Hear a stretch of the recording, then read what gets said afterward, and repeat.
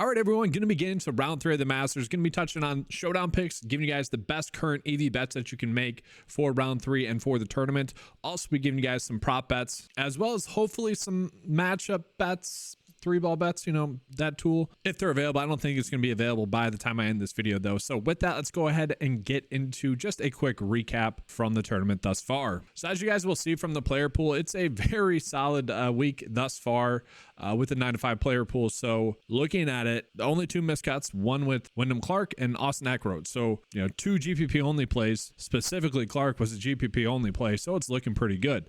Now, I will say it was very shocking to see the ownership on Henley and Tagala for that matter, but specifically Henley in cash. He was like 40% owned. That to me is one of the biggest head scratchers I think I've seen maybe ever, especially in comparison to Corey Connors' ownership. Like people are feeling lucky about that. Let's just put it that way. Like you were playing Henley for his upside. You weren't playing him for his safety. It didn't make any sense in a cash play. He should have been lower owned in cash than he was in GPPs. Just super strange. I really don't know how that happened. It's very crazy, especially in comparison to Corey Connors. Like I don't think I've ever seen that before. That was strange. But anyways, looking like it's going to be a very good week.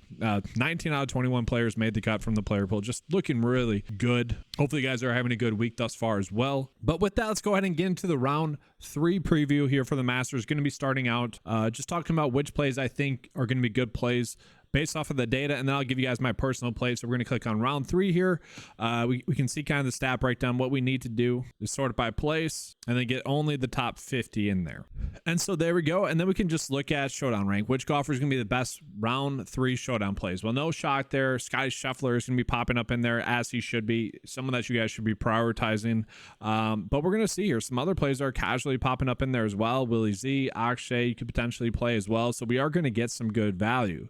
Now, it's kind of whether or not you guys agree with that. That's going to be up to you guys. Obviously, the Masters tournament is a little bit different. But I will say the biggest thing I want to point out is that this is going to play a little bit different now. The weather is supposed to be good the next 2 days. So someone like Siwoo Kim, who's popping up as a good Showdown play in round 3, that's someone I'm probably going to default to a little bit more, because the biggest risk with him was the fact that he was a bad win player. He was like the only player that was on this week that, due to his win stats, I was very worried could miss the cut. Okay, so he's someone I think I'm going to be going out of my way to play, especially because he's going to be pretty cheap as well. That feels pretty good. And then we could probably look at a bunch of other players that kind of nearly made the cut that, you know, could go low. But I think for me, just looking at the data right now, and again, it's a little bit different with it being the Masters and whatnot. We could probably just sort it by projected fantasy points. And we'll do that in the 9-to-5 lineup builder. And so golfers with the highest projected fantasy points: Scotty Scheffler, Will Zalatoris, Xander. I don't agree with Akshay. I'm definitely going to cap my exposure to him. But I kind of look at the data, and it's kind of telling us to maybe we want to do more of a studs and duds approach. But to me, I think I want to put an emphasis on getting to Xander. So I'm going to bump up his fantasy score. Going to just bump up Scotty to ensure that I'm getting him in a bunch of my builds. Then I do think I want to get to Siwoo Kim. Again, part of the appeal of Siwoo Kim, or part of the worry about Siwoo Kim, was the weather. I think we're good to go there. Matt Fitzpatrick's playing well. I think he's going to have a good day. And then some of the live golfers, specifically Cam Smith, I want to get more of. I really want to be on Cam Smith in round 3. He's the one player that outright wise I want to be on as well. For whatever reason, I don't see Bryson winning the Masters. Don't get me wrong, fully not shocked that Bryson has had 2 good rounds at the Masters, but for him to have 4 good rounds, that to me would then become a little bit shocking. So what I'm going to do is I'm going to cap Akshay at about 20. That's fine. We're actually just going to leave that. We're going to do 25 max % exposure and then 3 unique players, and we're just going to spread out our ownership there. But then projection wise, maybe lock in Scotty to about 40. And then same thing with Xander. So for me, this is going to be what it's kind of looking like here. Now, I do want to call it like Patrick Cantlay here, guys, as a play as well. So like this is the exposure naturally. Harris English is about 25% owned. That's fine. We set the total at 25%. I'll say Eric Cole, definitely not going to be on him. Jason Day, don't feel the need to be on him. Those are 2 players that after this I'm going to drop down. I just don't feel the need to get to those golfers. But I want to talk about Patrick Cantlay as a golf play for round 3 as well, because I think that's going to be a strong play. So we go into the live strokes gained here, and if we just go to Patrick Cantlay for putting, what we're going to see with Patrick Cantlay is that he's losing strokes putting right now about 1.5 on the season, he hasn't been putting well, but it's about a quarter stroke in which he is gaining. So he is one of the golfers that who made the cut is expected to putt better. That's what you would think. So, I typically don't like to dive too much into putting stats when looking at Showdown purposes. I know a lot of people do. I like to focus on which golfers played worse that are expected to play better in that specific round, which you can use putting to do that as well. I get that.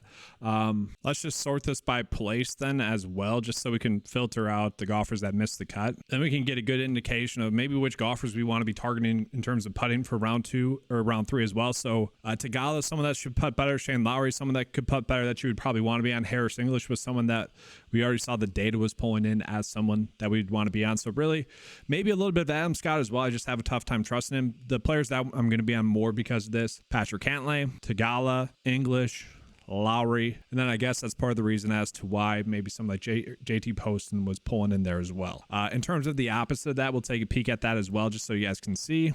Unfortunately, Connors, who is a player that was pretty high on, but other parts of his game, and this is why I don't like looking at it. Like, let's just look at Connors here. Like, we can see other parts of his game should improve or at least stay the same. Like strokes gained to the green, that's probably going to stay about the same. Strokes gained total, that's probably going to be about the same, but everything else should actually improve a little bit. And so that's why I'm always hesitant to just say we need to go in on one stat like that. But I do think it's always kind of fun to look at and noteworthy for sure. Lucas Glover, he was kind of a play you could have been on, not as appealing. And then Colin Morikawa definitely having a surprising week. And same thing with like Max Homa. Those two players I do expect to regress. And so with that, I think you guys have a good indication of who you want to be on for round 3. Let's go ahead and get into some possible outright bets or just some bets you can jump on in general. So let's start with the EV bets, and then I'll touch on some potential live bets you guys can make.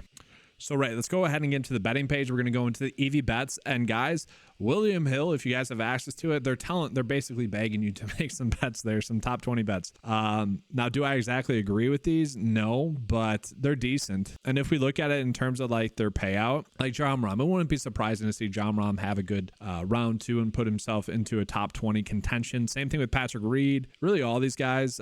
Taylor Moore, a value play that I was pretty high on this week. He could get there as well. And then potentially Rory. But like the payout difference for Jon Rahm to top 20, if you were to bet $10, you'd be getting about $6 more by betting on William Hill. Now, a lot of people I know don't have access to William Hill and mostly just the American books. That's fine. Let's look at those. FanDuel, DraftKings, BetMGM, a little bit of Bovada, but let's stick with the top 4. Not as big a differences, but Scotty to win outright wise, if you guys were looking for a good bet with Scotty, BetMGM, that'd be the route to go. Bryson to top 10 on really everything. Again, I don't know if I would do that. I wouldn't do that. Let's put it that way. But we are still seeing with some of these bets that we are still getting a little bit of decent edges with those as it sits right now. So if you guys want to make those bets, by all means, go for it. But yeah, let's jump into just the betting page to talk about some bets that I think could potentially win. So for me, guys, I just don't see Bryson not having at least one bad shot that penalizes him. That just hasn't happened yet. And same thing with Max Homa. I just don't see those two keeping it up. Those are two players where data-wise, they're kind of outliers in terms of playing well. Again, makes sense. I guess it's not crazy that they're both playing well in 2 rounds. I just don't see them to play well for 4 rounds. So Scotty Scheffler should be the player that you guys expect to win. And I do. And so let's just look at the live outright odds right now. And that's what the sportsbooks are saying as well, is that it's going to be Scotty Scheffler. And then there's a big jump. I mean, it's Bryson, then Max Homa. I don't think so. I really don't think so. And I really don't think it's Homa, Morikawa, Bryson, Aubert, Højgaard. I would actually go with these next 2. And I feel pretty good about these next 2. Xander, who we've seen just trending there, really not making that many putts, really not getting anything going. He's a golfer that when he gets hot, he gets it going. And he just hasn't done that. Hasn't been playing poorly, clearly.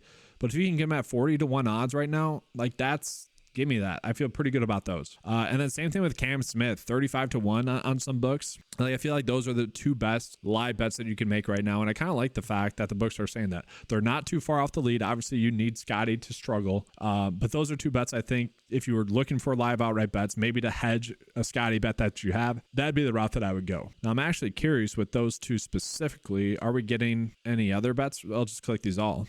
So what other bets are we getting for them? Not too much, not huge edges really in general. Top 5 potentially for them. Points bet, okay odds there, but nothing too crazy. So like I mentioned, I don't think we're gonna get any 3-ball bets, matchup bets. These were pretty good this week. I hope you guys were able to take advantage of those in round 1 and round 2. I think this is still one of the biggest edges, this tool in fantasy golf. So just make sure to be checking in on that, making the best bets that you can possible. And then yeah, let's go ahead and get into the underdog props. Now I do want to pull up this tweet that I called out on the 9to5 Twitter account. It was on the golf Twitter account, but I did repost this because we got huge edges. Sent it to the Discord first. We were getting massive middling opportunities throughout the day, and this was actually not even the biggest one. Let me pull up the other tweet here.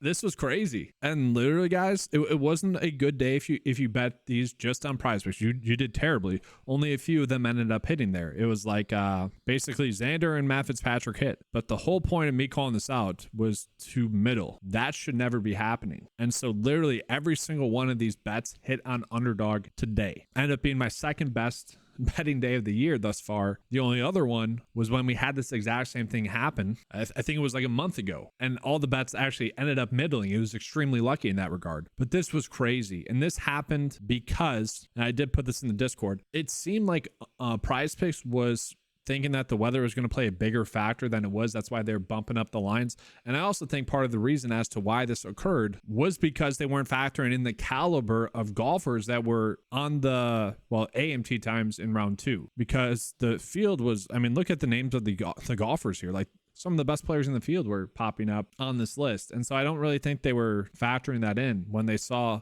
a lot of the high scoring that was occurring. And then what's funny is that PrizePicks then ended up bumping their lines down pretty heavily because they saw that they made a mistake, and underdog pretty much kept theirs the same. And what's more crazy is that for the most part, these bottom ones, up until they locked, they were there. And so again, pretty massive day on underdog, second best of the year thus far. And so as I'm recording this, guys, I do want to call it, we are not getting any PGA props just yet. I love to be able to compare the PrizePicks and underdog lines against each other, because that's just where we're going to get the biggest edge, because a lot of the times you're just betting against how the course is going to play. And so VJ Singh keeps popping up in there. Don't bet VJ. I'm just going to take him off in there, although he has cashed the 2 straight days, but yeah, we're not doing that. We're not touching VJ. After that, we're going to see Corey Connors, who I mentioned maybe could get a little bit worse putting, but also could get better everywhere else for the most part.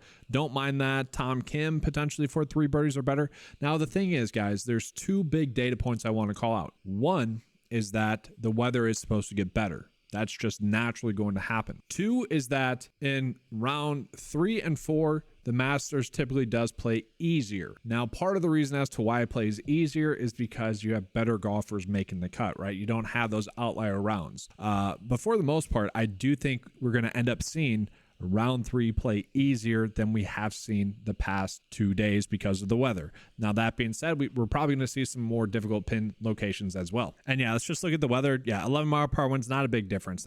Not a big difference at all. That shouldn't change scoring at all. All right, and I did just want to take a peek at Pick 6 as well. So Pick 6 is DraftKings props platform, and I just want to take a peek at, like, in comparison, are we getting any edges there as well? So we did see, like, Corey Connors was one that popped up for over birdies or better. I just want to see if he's at 3.5 on here right now. It is. Okay, so like looking at underdog, Connors for over 3 birdies then makes more sense. It's already grading out on paper as a good bet, but now it's even better. And so that's just a way of going, like, at looking at it. Now I believe if we scroll through all the birdie or better props, that literally everyone's going to be at 3.5, I'm pretty sure. Oh no, Eric Cole's 2.5. Some interesting ones in there. Okay, so interesting there. But all the ones that we would want to be on for underdog purposes are going to be the same. Stroke wise, we can see everyone's basically at around 72 and a half, 71 and a half or so. And again, I just like using that for comparison purposes here. So let's say like Adam Scott, who I mentioned, probably going to putt a little bit better. Corey Connors, let's just take a peek at those again on Pick 6, just to be able to compare it against. And so yeah, guys, that's a crazy edge that you could have right now with Corey Connors. So underdog has this strokes prop at 3 right now, and we go to Pick 6, it's at 71.5. Now we can clearly see, I already mentioned this, that should not be happening between PrizePicks and underdog. If you are someone that has access to Pick 6, this is a good bet to then bet the over on. Okay. on pick 6. Hopefully he just shoots at 72 and we're okay, because you could just bet his under 73.5 strokes. Like, that is the edge that we are getting. And so the other one I'm kind of interested in, Adam Scott, Tiger Woods. Let's take a peek at those. Adam Scott, not as big of an edge, but still decent there. Tiger 72 compared to 74. Like, those are decent edges there. I didn't think I had to really call that out to you guys. Like, those are pretty big. Now, we are seeing that a couple of the fantasy score prop bets are being favored for the over for Phil and Tiger. They're not making many bogeys, and they're making enough birdies to the point where you could do that. Again, I think round 3 is going to play a little bit easier, so you could certainly roll those out. I think that's where I'm at. I think I like those. But for the bet of the day purposes, do we want to bet on Tiger? I feel like these are pretty tight right now. I will say, I do think there's something maybe to the 3.5 bogeys or worse. Like, that to me could be what changes. I don't know if people are going to exactly score more. I just don't know if they're going to be making as many mistakes. That could be an edge, just betting the under for those. But for the bet of the day, we'll do Adams. I never get Adam Scott right. It's not a good payout, but we'll do Adam Scott and Corey Connors. Birdies are better for Corey Connors. Adam Scott for over fantasy score. If you want to do Tiger to make it a 3 slip bet, let's just do that. That's fun. So that's going to be the bet of the day as well. Now, that's going to be all for today's video, guys. I do appreciate all the love you guys have given me for the Masters tournament. Hopefully, you've been able to take advantage of, well, seemingly some good edges that we've had thus far. I don't think we have to go crazy with round 3 just as an FYI, or round 4. Seems like it's going to be a good week. Don't need to keep pressing it. But if you guys want access to any of the tools that you saw in this video, head on over to 9to5sports.com. They're available for just $10 a month. Best tools in fantasy golf for the best value of $10 a month. As you can see, I used it to have that massive day on Underdog. But thanks for being here, guys. Good luck in round 3 and in round 4 and in your main slate builds. That's all. Thanks for watching. And as always, let's keep cashing.